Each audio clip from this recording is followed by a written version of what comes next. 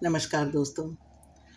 आज हम बात करेंगे सकारात्मकता और नकारात्मकता की, यानी पॉजिटिविटी एंड नेगेटिविटी।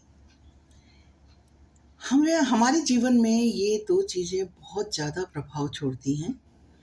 आपने भी देखा होगा कि बहुत सारे लोग होते हैं जो डरते हैं आगे, कि नहीं हम ये नहीं करेंगे, और पहले से ही वो अज्यूम कर लेते हैं, पहले से ही वो सोच लेते हैं कि यदि हम ऐसा करेंगे तो ऐसा हो जाएगा। नेगेटिव सोचते हैं और वो नहीं करते।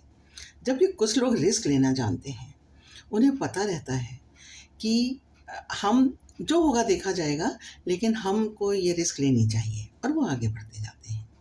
इसी पर मैं आपको एक अपना बहुत ही यादगार अनुभव जो मैं अक्सर याद करती हूँ और लोगों को बताती हूँ, वो सुनाऊंगी। नमस्कार, मैं Vandana Shukla, theatre artist, casual announcer, writer and लंबे समय तक मैं रेसिडेंशियल पब्लिक स्कूल की टीचर रही। दोस्तों, मैं एक बार जब 12th एग्ज़ाम चल रहे थे, सीबीएसई एग्ज़ाम थे, तो मेरी ड्यूटी लगी थी। उस ड्यूटी में मैंने देखा कि मैं जब घूम रही थी, वहाँ हॉल था काफ़ी बड़ा, और उसमें दूसरे सेंटर के लड़के जो थे वो एग्ज़ाम देने 12th का आए थे। जैसा कि आप जानते हैं कि उस समय बच्चों में बड़ा एक टेंशन होता है कि कैसा पेपर आएगा, क्या होगा। तो जब पेपर सबको मिला बच्चों को, तो सब बहुत ध्यान से उसको, जैसा कि होता है, पढ़ने लगे वो, और उसमें कुछ टिक करने लगे, कोई कुछ करने लगे। मैंने देखा कि इतने सारे कम से कम 200-250 बच्चों में एक बच्चा एक ऐसा है जो उसको देख के सिर पर हाथ रखकर बैठा हुआ है। मुझे लगा कि ये पता नहीं क्या बात है, ये बीमार तो नहीं है, कुछ है। थोड़ी देर तक मैं उसको ऑब्ज़र्व करती रही, फिर मैं उसके पास गई। मैंने कहा, बेटा क्या बात है?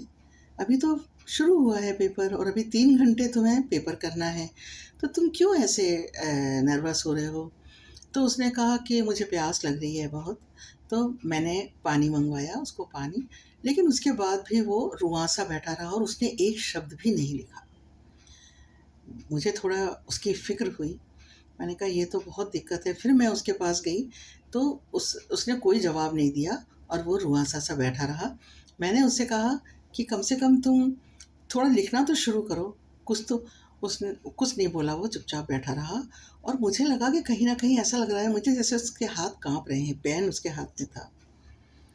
मैंने सोचा कि ये मैं थोड़ी किसी से कहती हूँ ये बात।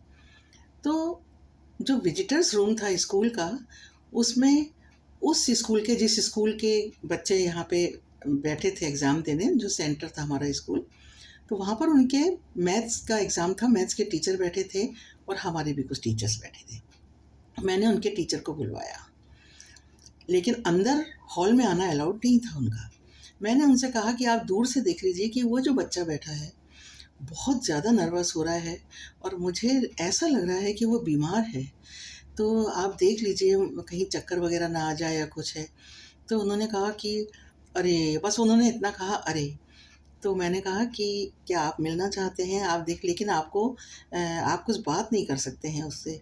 तो बस आप देख लीजिए, शायद आपको देख कर के वो थोड़ा ठीक हो जाए। तो उन्होंने कहा कि अलाउड नहीं है मैडम। तो मैंने कहा मैं परमिशन लेने की कोशिश करती हूँ।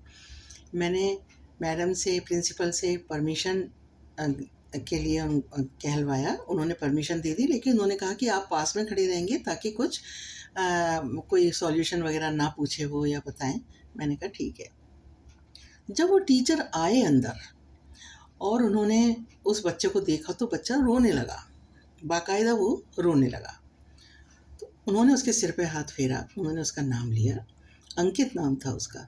उन्होंने कहा, अंकित बेटा, आज तो कितना सरल पेपर आया है, तुम तो सब कुछ कर लेते हो इसमें, फिर क्यों रो रहे हो? उसने कहा, नहीं सर बहुत कठिन है। उसने कहा, कुछ भी कठिन नहीं है, इतना ईज़ी है कि इसको तो 6-7 क्लास के बच्चे ही कर लेंगे हल। तुम्हें सब आता है, तुमने किया हुआ है। अच्छा तुम ऐसा करो कि तुम करके देखो एक बार, और मुझे बिल्कुल उम्मीद है कि बेटा आज तुम सबसे बढ़िया करोगे।